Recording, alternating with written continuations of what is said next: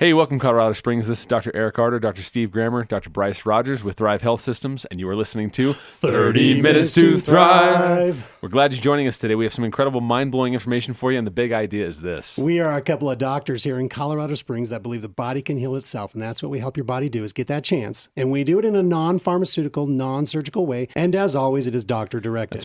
All right, Dr. Grammer, talk to us about what we're talking about today. Well, we're going to talk about those people out there that are listening that are maybe struggling losing weight, or maybe they've got temperature fluctuations, or maybe they've even got a low libido. Like, what do you think that is? Well, it definitely sounds like, what Dr. Rogers, sounds like a hormone imbalance, right? Hormones to Hormone me. Hormone imbalance? Yeah. What else do they got going on?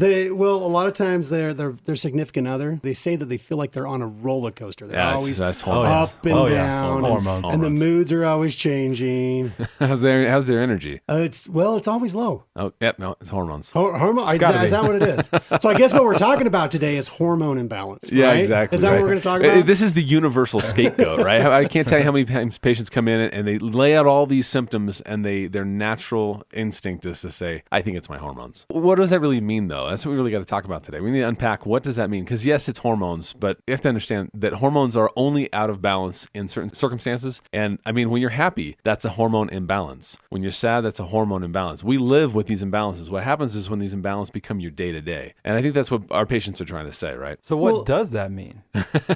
My hormones. Well, let's talk about all the hormones that you've got. Isn't that normal, though, when you get old, too? Well, here's the thing is, I think going back to kind of this universal scapegoat idea, you have to look at right in front of me here. I've got this big switchboard, right, with all these different levels. It's just like back in the day when you had, the old stereo where you had the treble, the bass, the mid, the range, all that stuff. Nowadays, they've changed it to where it's just a dial where it says like rock and roll, jazz, country. I don't like the jazz button.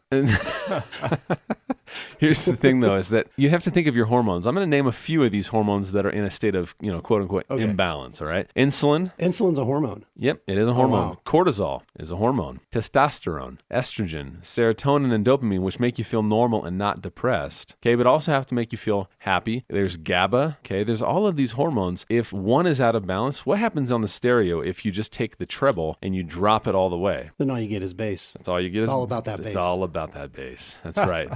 There's no treble. But see, that happens. Sorry, bad joke. That happens in life all the time. Yeah. We have people who are like, all of a sudden their estrogen just falls and they don't know why. And they think it's just estrogen, but there's more to the story. Well, isn't it fair to say that most people, when they get a diagnosis of hormone imbalance, they tend to just think about the sexual hormones, the testosterone, the estrogen, and those particular ones. They don't take into account some of the other hormones. Why is that? Because they don't know about them. But also, I mean, the big ones that people talk about on, the radio and such are testosterone mainly. Yeah. And then everything else kind of gets just buckled into like this hormone imbalance. But here's one of the things that's most shocking to some of my patients. When I sit down with a man who has a libido problem and he finds out his problem is actually not coming from low testosterone, it's coming from low estrogen. I think there were just a few heads that exploded. They're just like, what? Out there. Yeah. Usually I'll tell my patients, before you reach over to give me a high five, your estrogen is low and that's a bad thing. But it's weird because for women, their libido will drop out if their testosterone goes down. For a man, it will if his estrogen goes down. And there's an order of things, and it's kind of interesting the way we were designed. When we start thinking about the priority of the body, right? So when you start to see somebody's testosterone drop or their estrogen drop, depending on male or female, usually what's going to happen is their body will get rid of the procreative hormones before everything else. And so the body's always weighing in balance, survival versus procreation. Yep. And what I mean by that is you can have, at the root of all hormone imbalance, minus like a tumor, or a growth, it's always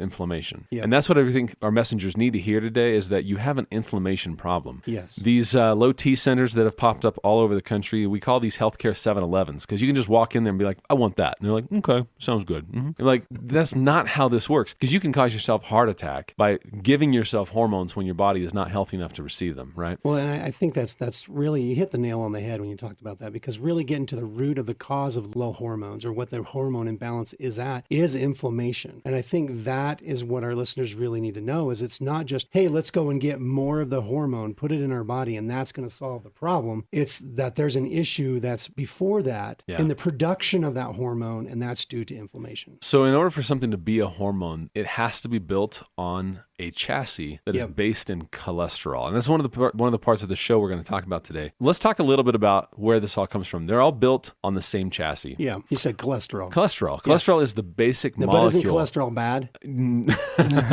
Someone else's head just exploded right now. Here's the thing is that cholesterol is not bad. Cholesterol is what we need. And this is, hopefully this drives that message home even better. Cholesterol is fragile. Cholesterol is fragile. It's not bad. It's not bad. That's right. So when you look at cholesterol as a building block, it's a 4-ring molecule, and it's got little side view mirrors or little bells or whistles that kind of hang off of it, determining what it is. If you look at cortisol, which is our main stress hormone and our main inflammation controller, it's also one of the biggest reasons for belly fat. When it comes in because of stress or inflammation, that building block, okay, is made out of cholesterol. And so if your body's inflamed and you need more cholesterol or more cortisol, you're going to steal from the closest of kin, which is usually testosterone or estrogen. And so what happens is our body's so inflamed, but we don't feel it. It's not pain. It's just that body is trying to heal some imbalance in the body as far as like it's your food, it's environmental factors, it's toxins. And so our body's hard at work, and you know, you're drinking coffee the whole time, so you don't think about it, right? You go for your couple of cups a day, and next thing you know, you've got no libido and you don't know how it happened. So you go to your doctor and you say, I think I've got a hormonal imbalance. And he says, sure, here's a pill, a patch, or a cream. And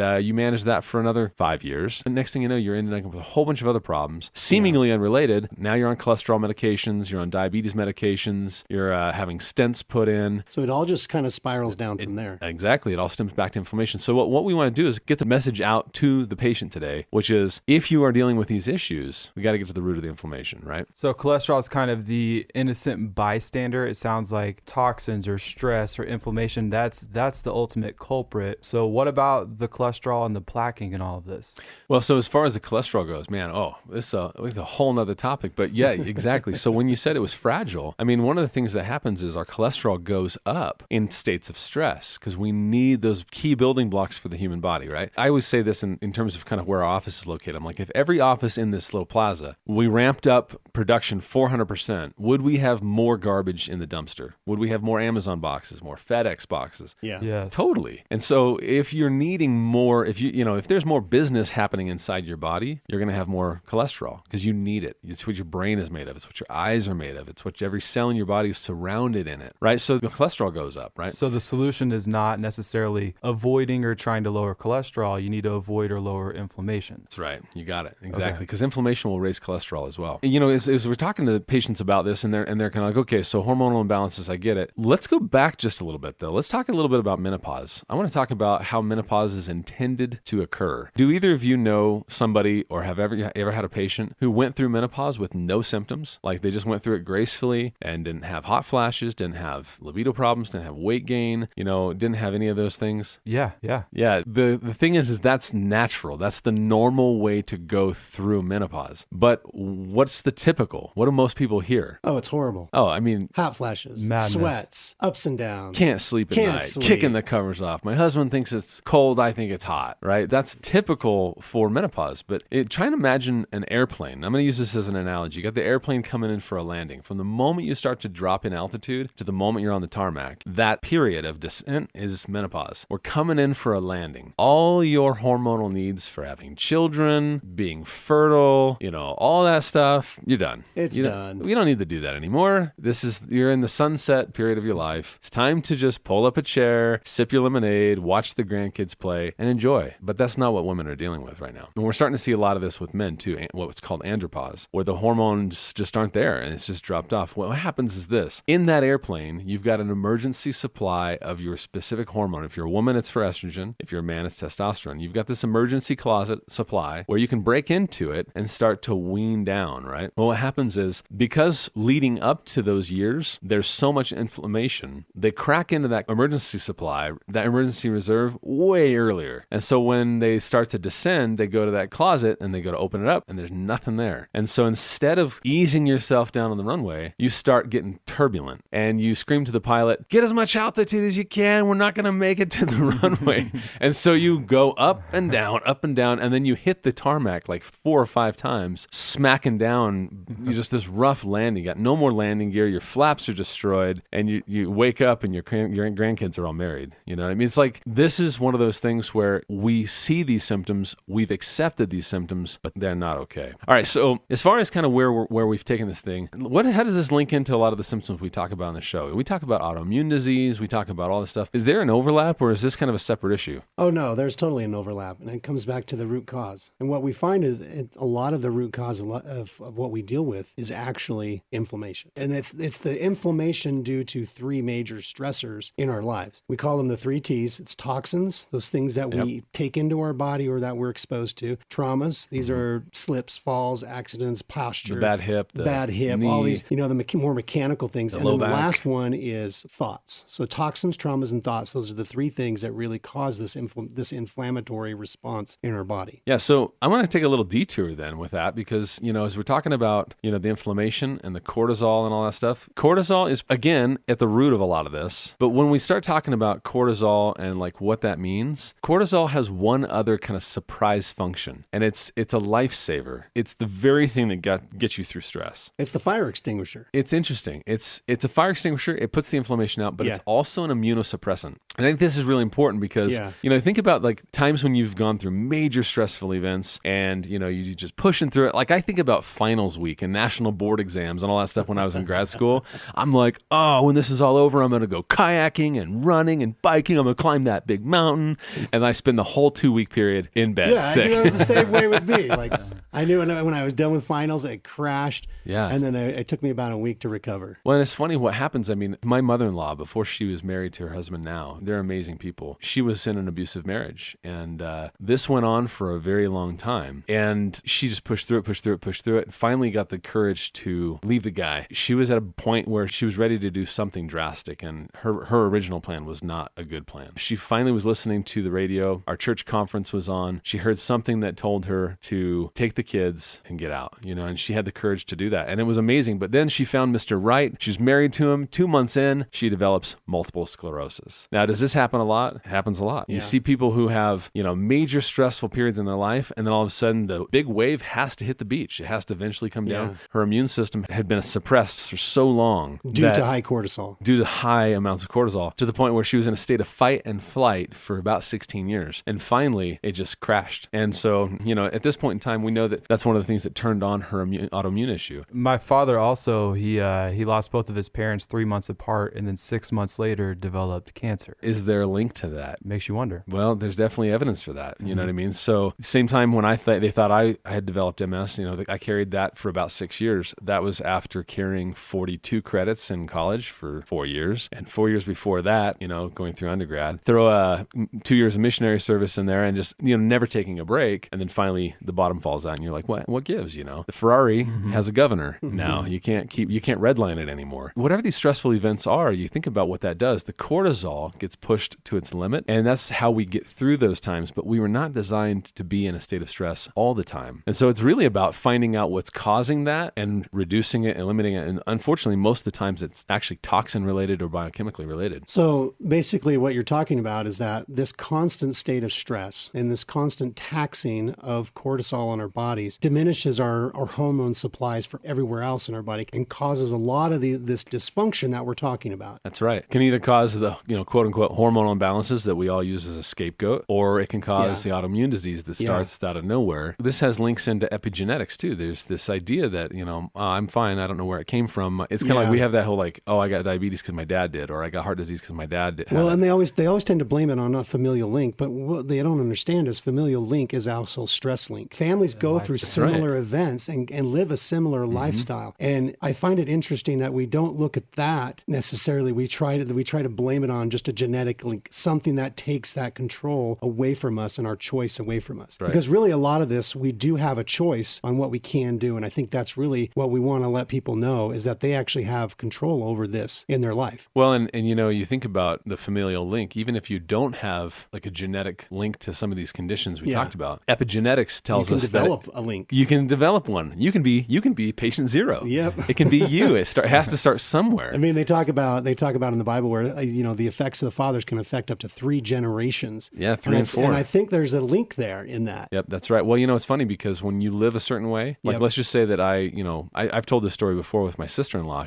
Everyone in her family has had like a triple bypass, and she's a physical therapist and lives in Colorado. They all live in Kansas, where I think they fry everything, even the the water, And so it's like, why isn't she sick? We can't figure it out. She goes to her doctor every year and goes, Doc, is it here yet? Do I have metabolic syndrome yet? Heart disease here yet? She's waiting for it. She's waiting for it. She's doing whatever she can to prevent it. Oh, and he says, Joyce, you're my healthiest patient, bar none. It's because she eats well. She exercises. She's got good family relations. She protects her heart in so many ways. And again, that's so important. So you can be patient zero, but also if you change your stars and you do something different, it affects 3 and 4 generations. That's what they're showing in the science.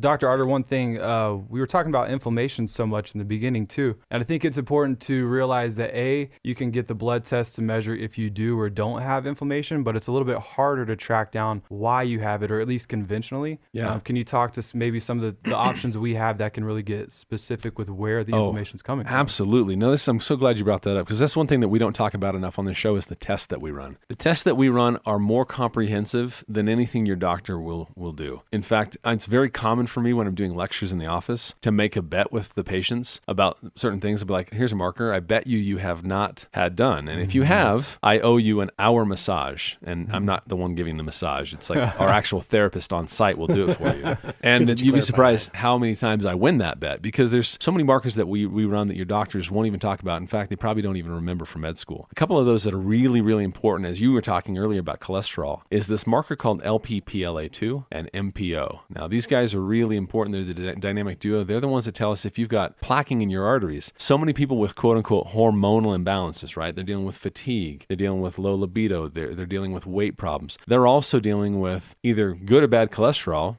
It could be great, but the one thing that no one's tested is they're also plaquing like crazy in their arteries. Yeah. And it's no surprise that these guys end up later having problems where, they end up on metformin or insulin or cholesterol-lowering medications like Lipitor or Crestor, or high blood pressure medications like lisinopril and all that kind of stuff. We see this all the time, or HCTZ, the hydrochlorothiazide. Yeah. We see all of these guys eventually with these patients. We talk about bloating and fatigue, how they're kind of the canaries in the coal mine. If you got these issues, you need to take care of it rather than just sip another cup of coffee, right? Mm-hmm. So I think these tests that we're talking about are really how you uncover the problems early, you nip it in the bud early, and then you have a lot more time to be happy. And you look at the whole picture too. A lot of times we'll have patients who have had blood work elsewhere. It's like they find a problem, but they only retest that same problem. They don't ever look at the whole picture. The only things your doctor runs is the things he can prescribe a medication for. Yes. Standards of care. That is the message you need to hear. The only thing that they're going to test is what they can manage with meds. They do not worry about the test that they can manage with food, because they don't know how to tell you how to eat. They're going to say, Mrs. Jones, you should eat healthier and exercise more. But no one's telling you what that means. Let me see in 6 months and see if it got worse. Yeah, you get pre-diabetes. Let's check that again in 6 months when you have real diabetes, right? So we want to make sure that we're nipping this thing in the bud early. And again, it's going to take a special individual to do that, meaning you're going to have to be a person of a mindset that says, I don't wait for bad things to happen. If you're that kind of person where you wait for bad things to happen before you